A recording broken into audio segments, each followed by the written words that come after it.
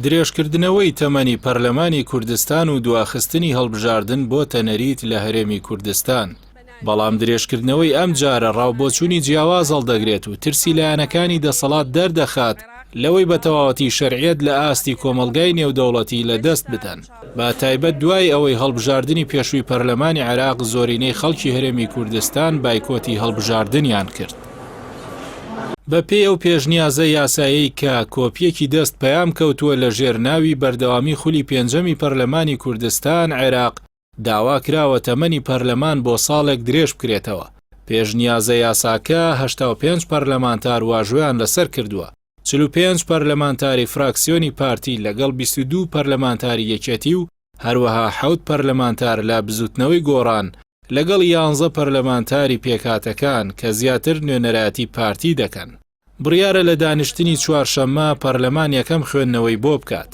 پێشنیازە یاساکە تێیدا ئاماژە بەوە کراوە کە لە ڕۆژی دەنگدان لە سەری جێبەجێ دەکرێت و جەخت دەکاتەوە کار بە هیچ دەقێکی یاسایی یان بڕیارێک ناکرێت کە پێچەوانەی حکومەکانی ئەم یاسایە بێت.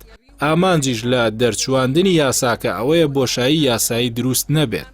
فراکسیۆنی کۆمەڵی دادگەری بە توندی دژی درێژکردنەوەی ماوەی پەرلەمانە و دەنگی پێنادات. هەروەها جەختی لەوە کردوێتەوە کە پێویست بوو هەڵبژاردن لە کاتی دیاریکراودا بەڕێوە بچێت. لە بەڕێوە نەچوونیشی پارتی و یەکێتی بە تاوانبار دەزانێت و پێی وایە هەردوو لایەن بەنهێنی ڕێکەوتون. کۆمەڵی دادگەری لە پەرلەمانی کوردستان خاوەنی 7 کورسیە. پێی وایە ئەگەر هەڵبژاردنێکی پاک و بێگرد لە ژێر چاودێری کۆمەڵگای نێودەوڵەتی بەڕێوە بچێت، پارتی و یەکێتی زۆرینە لە دەست دەدەن و ناتوانن لە دەسەڵات بمێننەوە. هەر لەبەر ئەوەیە نایانەوێت بەم زوانە هەڵبژاردن بکرێت. لەلایەکی دیکەوە زانیاری هەیە کە پارتی و یەکێتی و گۆڕان دەیانەوێت دوای کۆتایی هاتنی ئەو ساڵە بۆ جارێکی دیکەش تەمەنی پەرلەمان درێژ بکرێتەوە و تا ئایندەیەکی نادیار درێژە بە پێگەی ئێستان بدەن لە دەسەڵات و حکومڕانی هەرێمی کوردستاندا. بە بڕوای چاودێران بەڕێوەنەچوونی هەڵبژاردننی پەرلەمان پەیوەندی ڕاستەوخۆی بە کێشەی ناوخۆی پارتی و یەکێتیوە هەیە و بەرپرسی یەکێک لەو دوو حیزبە ژووتوێتی ڕێگە نادەین هەڵبژاردن بکرێت. لایەنەکانی دەسەڵات ترسی تەواویان هەیە لە دەستدانی کورسیەکان و بایکۆتکردنی دەنگدان، بە تایبەت کە لە ئێستادا جەماوەری دەنگدەری پارتی و یەکێتی بۆ خوار لە سەدا 30 کەمی کردووە. سەرەڕایبوونی هێزی سەربازی و تەخشان و پەخشانکردنی پارەی میلەت بۆ کڕینی دەنگ و هەروەها ئەو ساختە کاریانەی لە کاتی هەڵبژاردندا دەکرێت.